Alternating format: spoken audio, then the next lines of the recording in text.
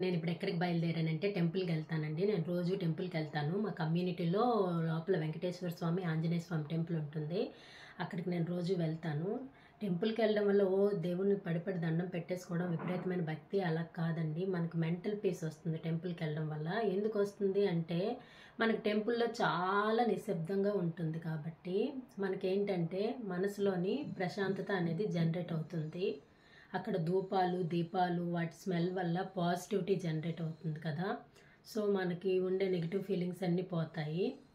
And మన మనసులోని భారాన్ని దేవుడి దగ్గర చెప్పేసుకుంటే మనసు లైట్ అయిపోతుంది. హ్యాపీ అయిపోతాం. సో, రోజు టెంపుల్‌కెళ్ళడం వల్ల ఆ అడ్వాంటేజెస్ ఉన్నాయి. ఇంకా మనం టెంపుల్‌కెళ్ళాలని రోజు తొందరగా లేచి, స్నానం చేసి రెడీ అవుతాము. దానివల్ల ఒక రొటీన్ అనేది అలవాటవుతుంది. డిసిప్లిన్ అలవాటవుతుంది.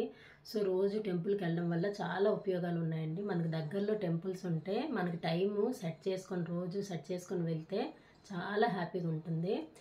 టైం దొరకదని లేదు. కొంతమందికి టైం నిజంగా దొరకకపోవచ్చు. టైం దొరికినప్పుడు మాత్రం టెంపుల్‌కి వెళ్ళి స్పిరిచువల్‌గా మైండ్‌ని సెట్ చేసుకుంటే మనకి మనసులో హ్యాపీనెస్ అనేది జనరేట్ అవుతుందనేది నా ఫీలింగు.